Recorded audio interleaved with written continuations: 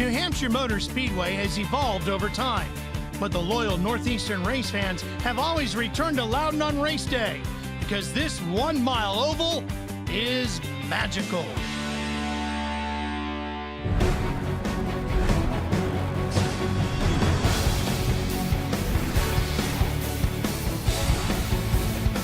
Welcome to beautiful Loudon, New Hampshire. The New Hampshire Motor Speedway's United Site Services 70 for the NASCAR K&N Pro Series East. I'm Ralph Shaheen alongside Parker Kligerman, and joining us with coverage from pit road today will be Derek Perniciglio. As you can see, it's a beautiful day for racing. 78 degrees, clear skies, and we're ready to go.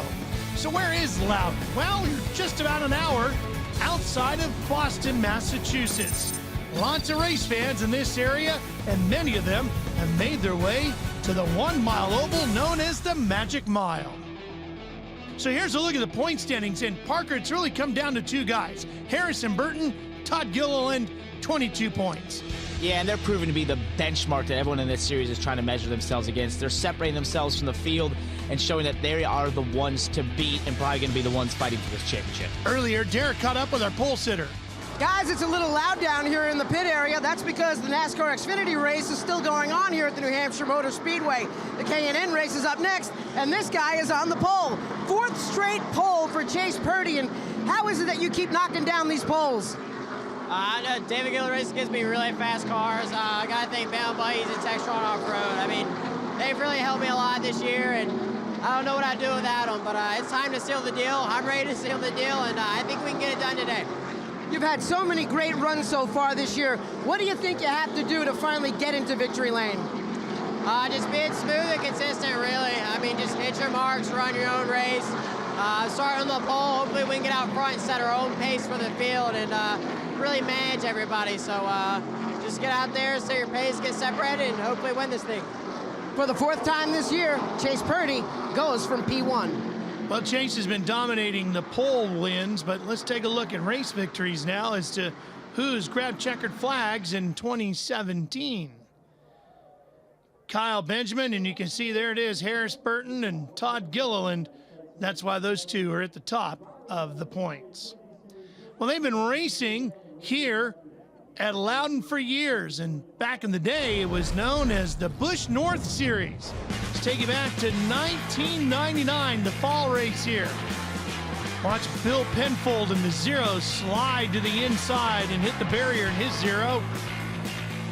Kelly Moore in the 47, one of the veterans of the tour back in the day, had his issues. This is Brad Layton wheeling the 55. He was having a good run on that afternoon.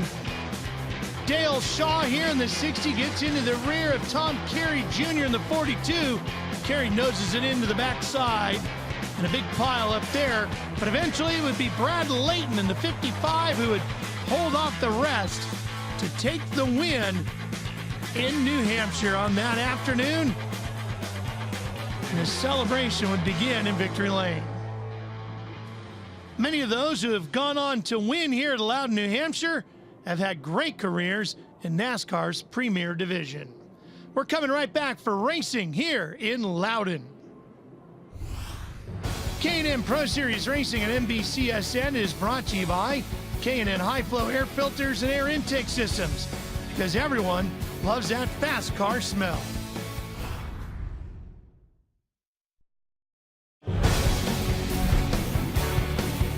Getting closer to the green flag here in Loudon, New Hampshire, the United Site Services 70, the K&N Pro Series East Division. Well, as we get ready to go racing, let's take a look at who to watch with Derek. Ralph, right before we go green, one of our Who to Watch drivers tonight isn't really a regular in the NASCAR K&N Pro Series. It's a modified guy. That's Andy Seiss, starting in the 17th position. He's driving Teddy Marsh's number 31 machine, and he picked up the ride this weekend because he's been racing ARCA a little bit here and there, and he finished second recently down at Talladega. Well, the K&N Pro Series cars run the 12-point flange fit bodies, and his car owner, Chris Auer, wanted him to get used to running that type of body on a stock car. So they called Teddy Marsh, they put a deal together to put Andy in the 31 machine, and he makes his NASCAR K&N Pro Series East debut here this afternoon. Parker, I got to believe that's a pretty good pick, too. It is a great pick, and to think, you know, that when these opportunities come around for a driver, It's getting a little bit of experience in the stock cars. It can be a bit of a transition to a different stock car. He mentioned earlier today about it being one of the flattest tracks he's been on compared to ARCA, and it's a lot of adjustment, but good experience and something that you can take further into your career. Well, he's going to get 70 laps to get it figured out here today. Ronnie Bassett Jr. is going to start on the outside of the front row next to Purdy. Hey, Parker, there's row 2 for you.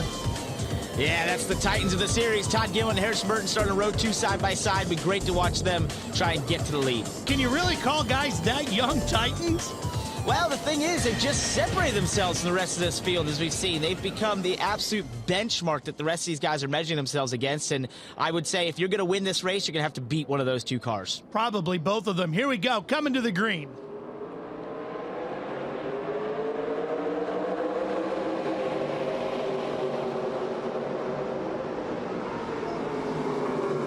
Getting 3 wide already, a very even start, but a good jump by Chase Purdy there on the inside.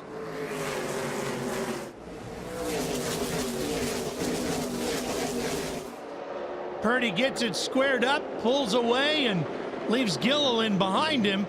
Late afternoon sun here today in New Hampshire, so we'll have some sunshine in sections of the racetrack and definitely a lot of shadows, like all the way down the front stretch here. That's going to affect the handling of these cars. Well, and to add on to that, you just had an entire Xfinity race run where we've had this PJ1 track bite surface or, adhesive put down on the bottom lane and the upper groove.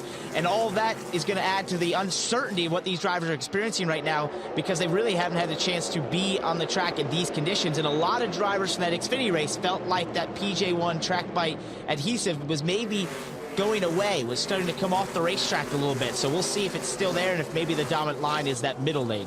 Dylan Bassett in the 44 pushing the limits of that adhesive as he comes through 3 and 4. Here's a fight for 10th. Garcia, Cabre, and Beasley all battling here. Chase Cabre out of Tampa, Florida is in that Max Siegel Incorporated Toyota, and that's the Ford machine.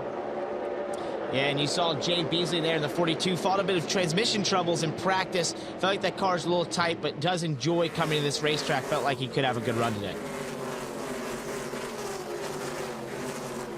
Lots of race cars have been on this track this weekend. Of course, NASCAR's top division is here. The Whelen Modified Tour is here. K&N Pro Series. A lot of activity. This racetrack gets a workout every time NASCAR comes to town. It does, and it's a lot for these drivers to experience because you have all those different types of rubber being put down the racetrack throughout the weekend. Let's get more on the conditions from Derek. Ralph Parker, the Xfinity Series just ran a 200-lap race here before the NASCAR K&N Pro Series rolled out onto the track. So there's a lot of Xfinity Series rubber from Goodyear laid down on the racing surface. The crews are telling the drivers over the radio, don't overdo it in the first couple of laps. Wear away that Xfinity rubber and let our rubber for our K&N cars start to come in, and the cars can start getting better adhesion to the Speedway. Those drivers will be searching for that field to change to give them an indication. Oh, Vinnie Miller in the 41 has come to a stop. Looks like a flat right front tire, and he's kept it off the wall. Fires it back up. Yeah, fortunately there, Ralph, it doesn't look like he got in the wall, so maybe able to get this car around and get that tire changed and no harm, no foul, but definitely don't want to go too fast. You don't want that tire to tear apart and start ripping apart those fenders, which are crucial here, or even drag that car too far on the ground. Yeah, you can see the front of the car already scraping across the pavement. Here comes everybody by. Looks like maybe he stalled it again. Yeah, he's going to lose a lap here. This is just compounding the issue here for Vinnie Miller.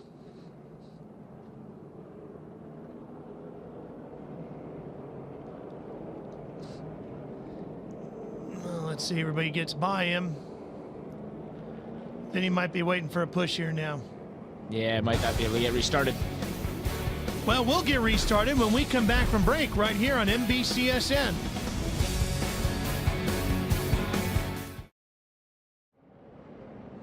Getting ready to go back to green on what is the 71st running of NASCAR's K&N Pro Series here at New Hampshire Motor Speedway. See one car back there. Looks like a little bit of smoke coming out, blowing some water out under the hood there. You see that, Parker? Is that Julia Landauer? I did, just a little bit of overheating there, but what a restart by Todd Gillen, gets around Chase Purdy. And notice that Todd Gillen on the outside there was able to get the pass done. That's been the predominant line in Cup and Xfinity and Truck Series here, and I was interested to see Chase Purdy choose the inside lane for the start of this race and be able to hold the lead, but definitely Todd Gillen was able to get the lead there on the outside, and I think you'll see that if we have any more cautions today to be the predominant line on restarts. Bassett in that 44 is inching his way up, isn't he, as well? On the outside here, the black car with the red day glow numbers getting around the 12 machine of Harrison Burton, who seems to be dropping backwards at this stage of the race.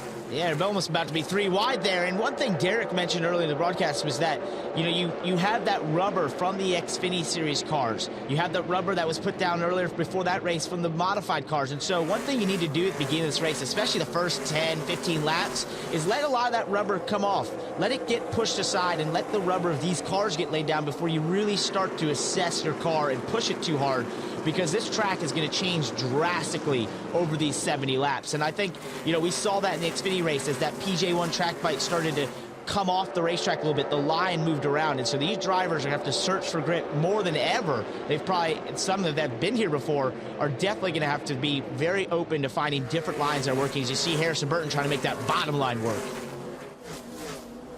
Well, let's get an update on Harrison in that number 12 from Derek Perniciglio.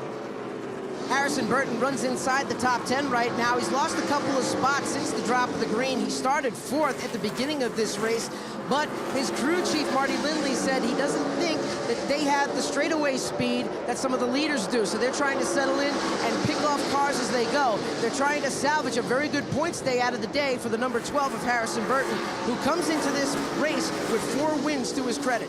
The interesting thing about Harrison, if he's on the podium this year, that's because he's won. He's got no seconds, no thirds, but he's got 2 fourths and a 5th.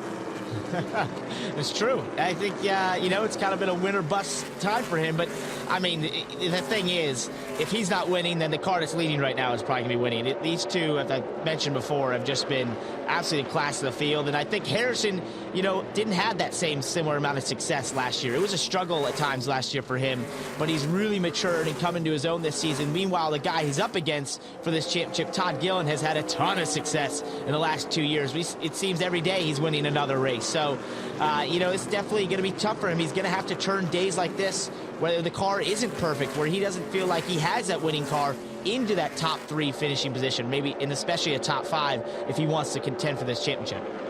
Harrison showing some speed now. It all began in the middle of 3 and 4 here a lap ago when he showed really good mid-corner speed, fighting the handling a little bit there. Yeah, look at him work that wheel off turn 4. That is a loose race car, and that's not something you want to have here. That's a tough deal. You want a car at this racetrack that gives you stability on entry, is able to turn the center, and then allows you to mat the throttle up off, and that's drive off that you need. You want to be able to get the car pointed straight before the straightaway and be able to get hard into the throttle and get a run down these long straightaways. And therefore, when you have a car that's able to do that, you will be tough to beat and be able to pass a lot of cars. That's what you want to see. Sheldon Creed in the 40, trying to fight off the challenges of Tyler Dipple's black number 30. We see these different lanes that they're running. That's what this racetrack tried to make happen, that PJ1 track bite. We're seeing it here right now. Here's Derek with more on Sheldon. 19-year-old Sheldon Creed hasn't run many NASCAR K&N Pro Series races, but he's got a pretty good resume so far. In 2 West Series starts, he finished 2nd at Orange Show and 9th at Sonoma. In the East Series, he's got a 19th at New Smyrna and an 11th at Bristol. He hasn't been doing too bad this year. He's been bouncing back and forth between the East Series, West Series, and ARCA. But the funny thing is his racing roots stem from racing off-road trucks.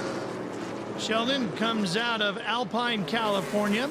We've seen a few people come out of the trucks, off-road racing, that have done pretty darn good behind the wheel of a stock car. You can trace it all the way back to Walker Evans, who was one of the first in the truck series. Well, Ralph, one that comes to mind in my head is that old 7-time champ Jimmy Johnson, who came from the off-road trucks. Yeah, he's done all right. Exactly, and I think he'll make it in this sport one of these days. So yeah, one of these days. Definitely not a bad role model to have, and not a bad path. And you know, the one thing that Jimmy Johnson always credits those off-road trucks that what it taught him and what he was able to apply to stock cars was that you do so much with the pedals in those trucks. You're constantly using the brake and the gas at different and odd times to make the truck do things that you want it to do. And therefore, when you get in a stock car, you can take that and apply it a little bit to the stock cars and trying to manipulate the car at times to do things that you want to do by using the pedals. So maybe Sheldon will have some of those good lessons that he can take from the truck into these. Brendan Gaughan, Riley Herbst, Ricky Johnson, just some of the others who come out of off-road trucks and had successful careers in NASCAR. Here's Harrison continuing to wheel that 12 towards the front of the field as he's now behind Wallkill, New York's Tyler Dipple. And that 12 car looks really good to the center of the corner right now. I know he looked a little loose off, but he's definitely turning the center better than these cars in front of him. As you see him go down into turn 1 here, he's going to get that straighter exit off the corner than Tyler Dipple. And that's allowed him to get the throttle down and be able to get that run onto the straightaway. And I think as we go into 3 and 4, he might get another run on Tyler Dipple. Looking to put the 38 of John Wood a lap down here. And what you have now is pretty much what you have for the entire race, too, Parker. There's no scheduled pit stops here today. Exactly. No halfway break, no tire change, so they need to protect these tires right now, especially that right rear. You do not want to abuse it so that you get to the end of this race and find yourself struggling to put the power down. And the sun is dipping down to the racetrack, covered in shadows all the way around the Magic Mile in Loudon.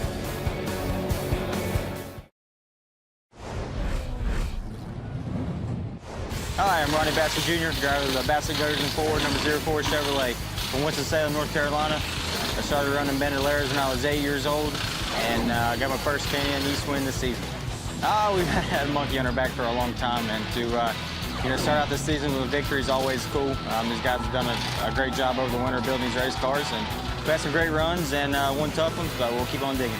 Yeah, we've got a bunch of guys from the H. Scott group that shut down last year. We were fortunate enough to grab a couple of them and help our program a little bit, and like I said, hopefully we can get some more wins this year and keep our strong runs going.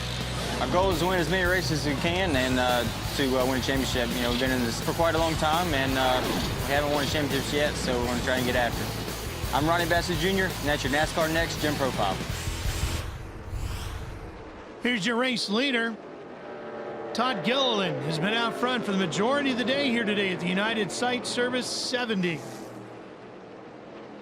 Ralph, look at that 16 car come off turn 4. We saw earlier Harrison Burton sawing at the wheel, almost flies in there, trying to get off the corner. And meanwhile, that 16, very straight, very steady. It's going to be a tough car to beat today. Here's Chase Purdy in the 17. That was our pole winner today. 4 poles in a row for him, showing a ton of speed, and that's something you want to see out of a young man. You want to see him go out there and throw down fast laps. You can work on the race stuff, but you can't teach speed. As we work our way through the field, here's Derek. Ronnie Bassett Jr. in the 04 car runs in that 3rd position. Started on the outside pole when we took the green. Walked over to Chris Bowen, the crew chief, and I asked, "Are you guys just riding right now?" And he nodded his head yes and said, "Yeah, right now Ronnie is just taking care of it." Of course, Ronnie didn't run in this race last year. The team dealing with a fire at their race shop, so it's good to have him back here in New Hampshire this year. Definitely, and I like that strategy. I mean, we talk about it a lot in this series, but when you're only given one set of tires for 70 laps, you've got to take care of them. You've got to take care of that car, and the only way you can do that is when you find yourself in a position like Ronnie is right now, kind of by himself on the racetrack. He's not worried about someone catch him from behind. He's not trying to run down the guys in front of him, and so what he's doing is protecting those tires, protecting that race car in the event that we start to get cautions. We get a late race caution that allows him to have a little bit more tire on that car, a little bit more grip, and can maybe challenge for the victory. And that's just what you have to do in this series. You have to be thinking all the way to lap 70 from the drop of the green flag. Watching Sheldon Creed now, who runs in 4th in the number 40 United Rentals backed machine, as we continue to show you the cars on the lead lap here today. Then right behind him is Tyler Dipple, who's in a pretty good fight with Harrison Burton. This is one of the best squabbles going on the racetrack right now for position. It is, and I'm surprised when I looked at that 12 car and how quickly he caught Tyler Dipple. I would thought he would have driven right by him. But Tyler Dipple's obviously been able to up the ante and hold off Harrison Burton. And this has become a great battle, as you said. And this is a tough spot because Harrison probably wants to push it. He wants to get by Tyler, and and start marching his way towards the front. But as we heard from, Ronnie Bassett's team, that's not what the front guys are doing. So Harrison's in a tough spot if he does get by Tyler Dipple, and we do get that late race caution. He's abused his tires, abused his car more, then it's going to be tough for him to compete with those guys. And that's why this series is so tough. And you're put in such a tough position as a young driver that you can't go 100% flat out all the time. You've got to be thinking ahead. And we're seeing right now, Harrison seems to be maybe want to just get by him because he's pushing pretty hard. Yeah, and Dipple doesn't have a lot of experience here at New Hampshire Motor Speedway. This is only the second time the driver of the 30 has competed on the Magic Mile. And we're closing in on the halfway point here, too. Scheduled for 70 laps, just over 74 miles in race length. Definitely. And Ralph, I don't know how many years you've been coming here, but when have we seen this many different lines at New Hampshire Motor Speedway, the Magic Mile? It's really been incredible this weekend, what we've seen out of this racetrack and how many differing lines it's offered in the corners. Well, I've been coming up here since it was known as Breyer Motorsports Park, when it was just a road course. So I've seen a lot of different lines around this facility, that's for sure. Dylan Bassett in the 44 here, running in 7th with the 14 machine of Trey Hutchins, trying to close in on him. And I love what I'm seeing about the different setups of some of these cars. You notice that 14 car has the nose all up in the air. Meanwhile, that 44 is right on the ground. That's a differing philosophy and setup. And that may come into play as we get later in this race. You have teams that are going with that more traditional big front spring setup, or some teams that are going with that more coil-bound setup and allowing that car to stay right on the ground the whole way around. So we'll see how that plays out and which cars and setups seem to be the best for us in this race. Let's get an update on this group from Derek now. Dylan Bassett runs in the 7th spot right now. He comes into this race 9th in points on the strength of 2 top 5s and 4 top 10s. He started 12th, has been picking cars off as the race has been going on. He thinks that he could be a lot better if we had a caution flag to bunch the field back up. He also thinks that he's going to gain a lot of his positions this afternoon on the starts and restarts. Trey Hutchins runs in the top 10 right now. A nice, good, strong run for him. Finished 8th in this race last year, and he likes this track a lot. Before the race, he said, we've been doing our homework, and we have a little bit of a notebook and some setup sheets for this racetrack. That's another reason why I think we run so good here. They came out with a 6th qualifying effort today, started him up front, and he's managed to stay in the top 10 right now. How about Brandon Oakley? He's only run a handful of K&N races. He's a super late model driver from the Ohio area. His home track is the Killcare Speedway, and it's his first time here. He likes the track a lot, and he enjoys going really fast, and he had a very good qualifying effort in the 9th spot, and so far, he's been hanging tough in the top 10. Yeah, he's doing a good job as we've reached the halfway point here. Great job, and he's coming in this race was really focused on maybe trying to get a top 5, but most of all just staying out of trouble, and he's doing that. One thing to note that's great about this series, that 44 car of Dylan Bassett and the 14 car of Trey Hutchins, both of those drivers have run the same car all season long. Think about all the different racetracks they've been on and been able to run one car throughout this season. If you protect that car and take care of it, you can get through most of the season on one car, and that's just great about this series. Well, you can see Oakley was really fighting the wheel coming off of 4. Smoother off at 2. Talking about this 51 right here. Yeah, looks solid right now, and you know, one thing for him is he talks about staying out of trouble. That's easy to do when there's not many cars around you. So he's in a good spot right now. Hopefully learning from Trey Hutchins and Dylan Bassett in front of him, seeing what lines they're running, seeing how hard they're pushing their cars. You heard Dylan wants a restart. He thinks he has a car that can compete if they get a restart or a caution here, and I think Oakley's in the same position. Watching Ruben Garcia Jr. now, still within the top 10. Ruben is a champion in NASCAR. He's a 2015 NASCAR Mexico Series champion, so he's won a championship before. He's definitely a great competitor, and is just starting to learn these heavier K&N cars continually as we go throughout the season. Derek, how about Colin Cabry? Colin Cabry in that number 2 car was talking with his crew chief, Matt Butcher. He said the car is very, very loose. Butcher came back over the radio and told him, go easy on your exits off the corner and don't burn the rear tires off. Good tip on a day like today when you have to make those tires last the whole race here at Loudon in one afternoon. I know at times we may sound like a broken record talking about tires in these broadcasts, but it's just the biggest topic within this series is that you do have to protect those tires. It's just crucial. It's the only way you can compete is by taking portions of these runs and protecting those tires. And you might think, why would they do that in this series? Well, one, it's great cost effectiveness for the series to not have a lot of tires for the teams to buy, but two, for the drivers in this series, being a development series, you know, they learn what they need to do with their cars over the long run. They learn how to protect the tires, protect the car, and they can take that into the trucks and Xfinity series and eventually the Cup series because you get long runs in those series. You'll have a run that may be 100, 120 laps, and you need to be able to protect that car over a run.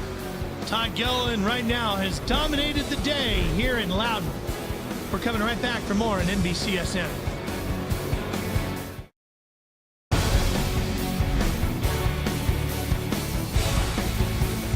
Getting deep into the second half of the race here at New Hampshire Motor Speedway.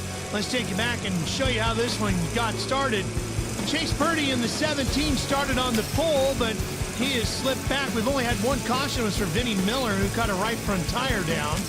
Outside of that, it's been all about this guy, Todd Gilliland, absolutely dominating the first half of the race and continues to do so here in the second half. You can see he has led 36 of the 43 laps completed today and just had one caution flag for only 3 laps. Ralph, he kind of put notice on the field right from the initial start. He was starting down there in 3rd place, but by the exit of turn 2, he was in 2nd place and was 3 wide as they went into 1. So he's been very aggressive and basically said, I want to get to the lead of this race and never look back. Oakley into 51, side by side with Garcia, and this is a very good fight right here for position. It's exciting, Derek. Ruben Garcia Jr. in that number 6 battles right now with Brandon Oakley in the 51 machine.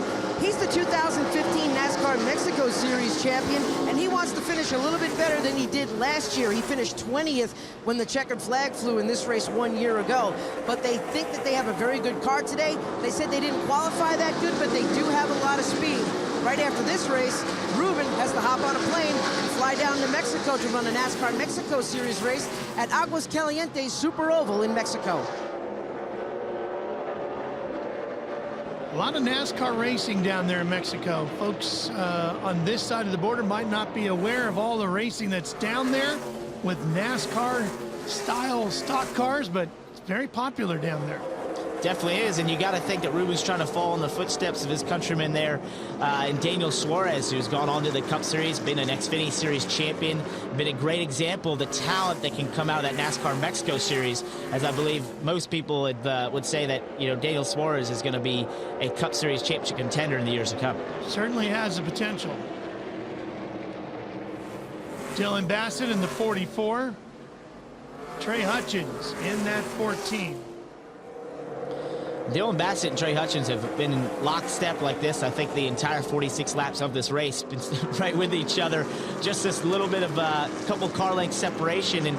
And these two look to me like they are protecting their cars. Like they definitely are riding right now. They're not pushing it. You don't see them getting overly sideways.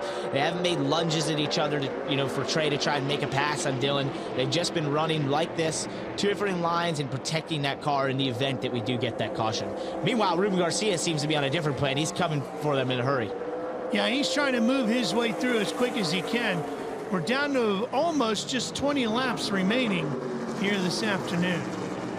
And that's one thing to note, is that there is certain drivers and teams that thought, you know, as we get to lap 45, I'm just going to go. And if that's, you know, where I am, and if I go there and it ends up going green all the way to the end, well, then I'm going to get as many spots as possible. And that's what you might be seeing out of Ruben Garcia Jr. And maybe that at the same time, that race car is coming into its own. It's starting to handle right. It's starting to do the things he wants later in the run. It was set up to do this.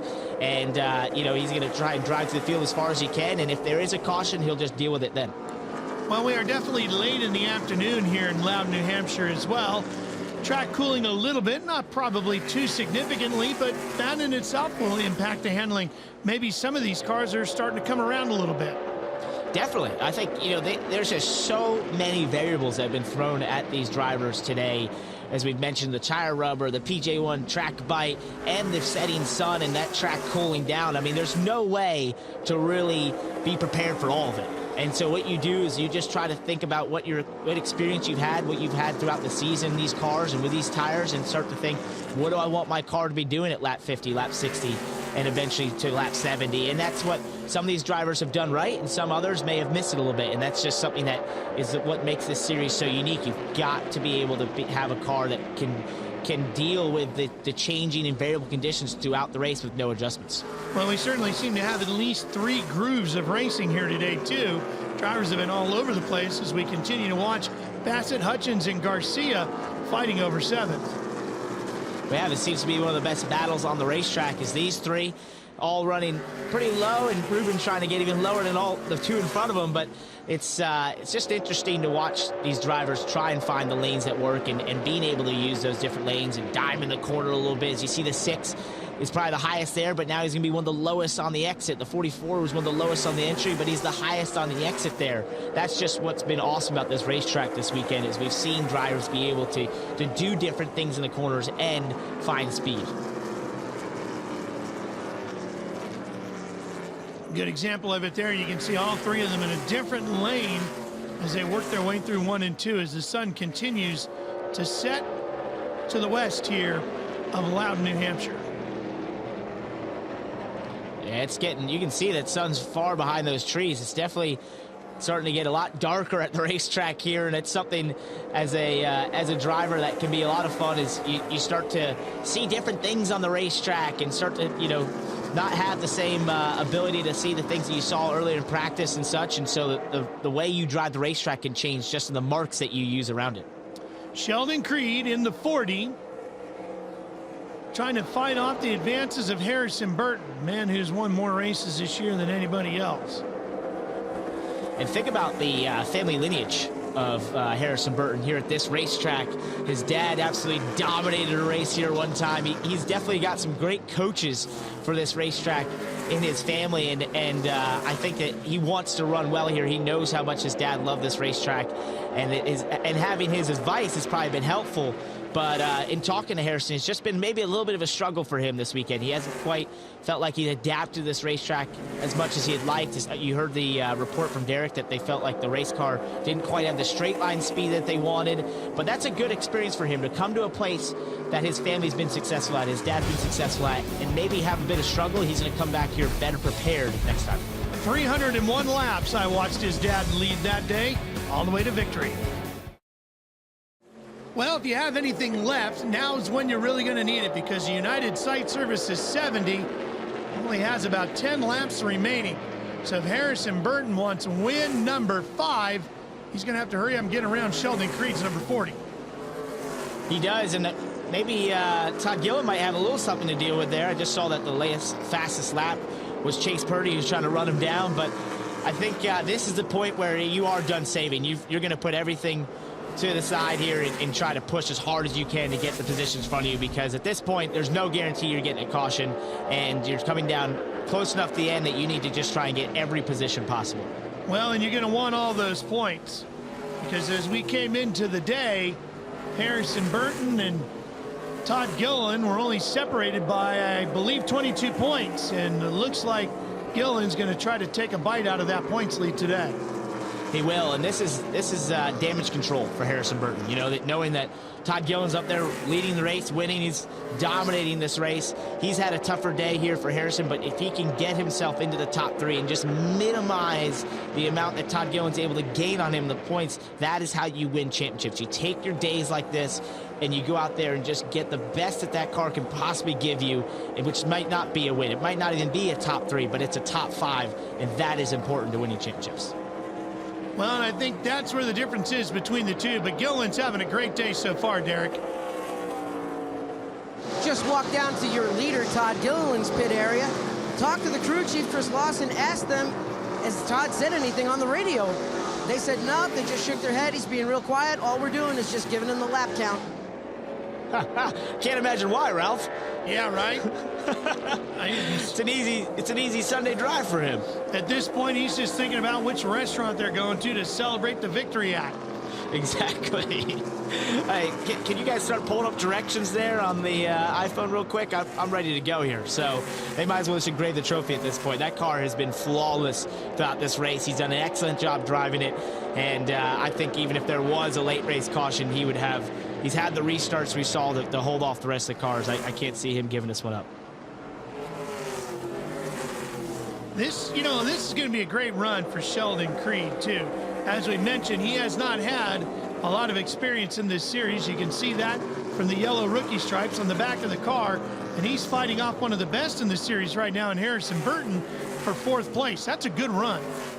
It's a great run, and sometimes for a young driver, what's funny is you'll go to a place like this, a flat mile oval that you've never probably experienced in your career, this type of racetrack, and suddenly it will click.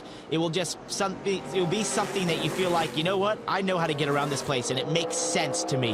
And that might be the case here for Sheldon Creed at New Hampshire Motor Speedway. He seems like he came here and immediately was able to click with this racetrack, understood what it took to go fast here, what he needed over the long run, and that's the kind of thing that really builds confidence in young drivers. When you come to places like this, that you know that if you want to be successful in stock car racing, you're going to have to be good at this type of racetrack. You're going to have to eventually race here in the big leagues, and you come here your first time and are really good at it. It's a great confidence booster. Well, and Harrison is giving him all he can handle, too. As you watch Creed's hands fighting the wheel coming off of 4, Harrison's been looking inside, looking outside, right up on that bumper, and Sheldon has weathered all of it. Here he comes again, looking outside with 5 to go, cutting back inside on him, and Creed defends it and maintains the lead coming off of 2 for now.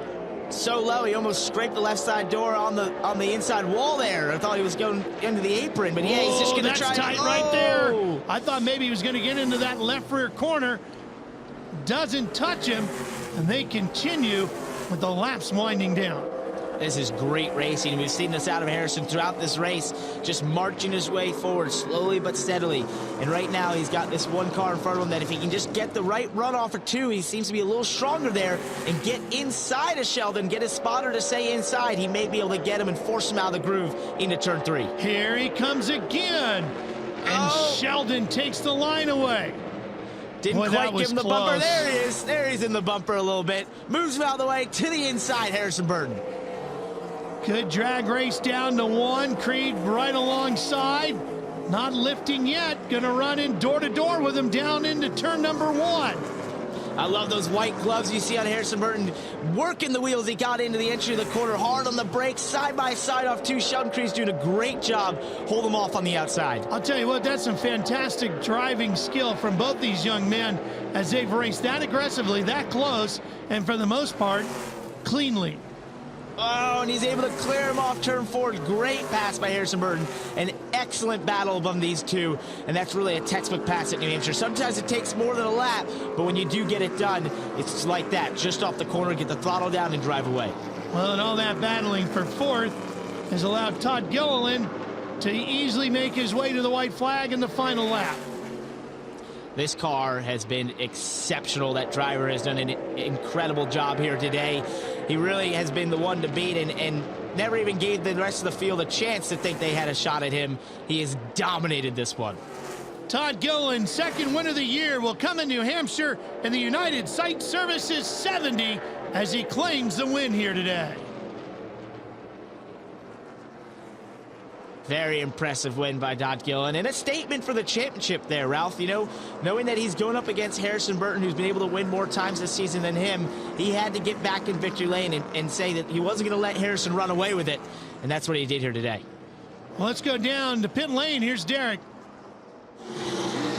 Kind of an easy one for you today, wasn't it? I definitely wouldn't say easy. It's been a tough week between Thompson and here and getting cars ready and tearing one up there, but yeah, it's definitely awesome. Anytime DGR, BMR can finish 1-2, that's huge for us. So really proud. How is it that this kid is just so good? Every time he hits the track, he's fast, restarts, initial starts, he's on it each time. Man, I wish I had the answer. You know, it's incredible. It's very rarely does he make a mistake, and when he does, it's so minimal that, you know, he can overcome it, and he does, and he never gets never gets worked up. So I think that's the whole thing, whole key. We'll see you in victory lane. Thank you. Todd Gilliland wins the big one here at New Hampshire. Boy, he certainly didn't make many mistakes here today. That was as smooth a race as you'll ever see. Todd Gilliland did a great job. Grabbed the lead, never looked back. And we'll be right back after these words. K&N Pro Series racing on NBCSN is brought to you by K&N High Flow Air Filters and Air Intake Systems, because everyone loves that fast car smell. Todd Gilliland has made his way to victory lane for the second time this year. Our Derek Prentice-Siglio is down there ready for Todd to crawl out of the Napa Auto Parts number 16. Todd Gilliland picks up the big win here this afternoon at the New Hampshire Motor Speedway. The Bilton McAnally Racing Team smiles and hugs all around.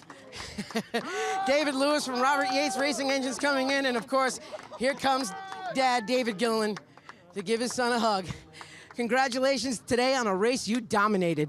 Yeah, thank you. That's how we like to win them. I knew we could get them if there was a late race restart, but man, these ones feel the best for sure for us and everyone on my Napa Auto Parts team.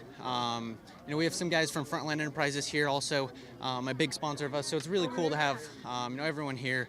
I got to thank God, my team, my mom, she's here, everyone for believing in me. And we started out this year pretty rough, but it's all coming around, and I can't wait to finish this thing off. Only the second race for this car. You've had some luck with another car in the past, multiple wins this year, but did it make you a little nervous pulling out onto the track knowing that you don't have much luck with this car? Not at all. We were in the lead at Memphis when we had an issue, and this thing's got some big speed. So, it just goes back to preparation. All our cars are so similar that it doesn't matter which one we bring; they're all going to be fast, and that's all preparation of these Napa guys. Todd Gilliland wins today and closes that point gap between he and Harrison Burton. There's Bill McAnally in that black shirt, giving his driver a big hug, and here's a look at those final results. Ronnie Bassett Jr., we didn't talk about him too much today, but he had a solid run to third, and Chase Purdy started on the pole, finishes in second. Great runs by those two. Sheldon Creed able to come home with a top 5. Great run by him. Excellent racing there between him and Harrison Burton at the end. Let's go back down inside the racetrack and hear from the man who finished second today with Derek. Well, Chase Purdy, once again, comes home in the second spot. Had a very fast car, but it looked like it faded towards the end. What happened? Honestly, I tried to stay behind those lap cars, maybe put pressure on them, and maybe they'd get into each other and spin out, and there'd be a caution to have a chance at the 16 for the win.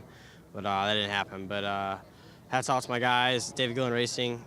Gotta thank Bama Buggy and Textron Off-Road, and just everybody that makes it happen. And finishing second, it's good and all, but it kind of sucks because we've qualified on the pole, 4 times, and haven't sealed the deal. I kind of feel like Kyle Larson, but we'll see.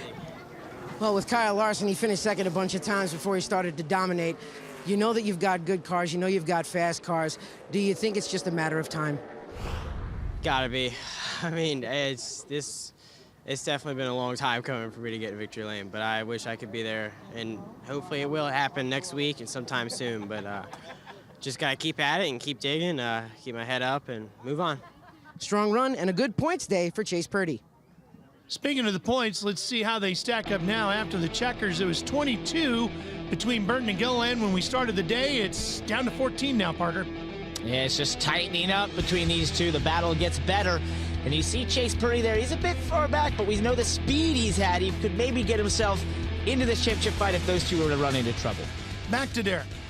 Well, Ronnie Bassett finishes a solid third in the 0-4 today. And how was the race from your seat?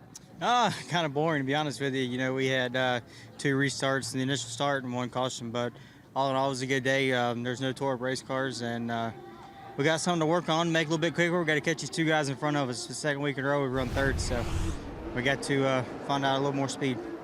You stayed up here in the Northeast from the last race at Thompson. You were able to work on the cars up here, but how much preparation went into it, being that you're so far away from your home shop? A lot of it, we worked on stuff before we came to Thompson to change at the racetrack. So, we put a lot of time and effort into making these race cars fast, and like you said, we still got to pick up 2 more spots and find a little more speed. Ronnie Bassett has already won 1 race this year. Another one is around the corner. Speaking around the corner, coming up is one of the most exciting races of the K&N year. It's the combo race, the Casey's General Store 150 at the Iowa Speedway in Newton, Iowa. We get the West and the East together. You're going to see that right here on August 3rd on NBCSN. Well, the racing today, not a tremendous amount of passing, but some real good fighting inside the top 5. And when it was all said, it was a dominant day by Todd Gilliland. For Derek Perniciglio and Parker Kligerman, I'm Ralph Sheheen. So long from the Magic Mile here in Loudon, New Hampshire, New Hampshire Motor Speedway. Congratulations to our winner, Todd Gilliland.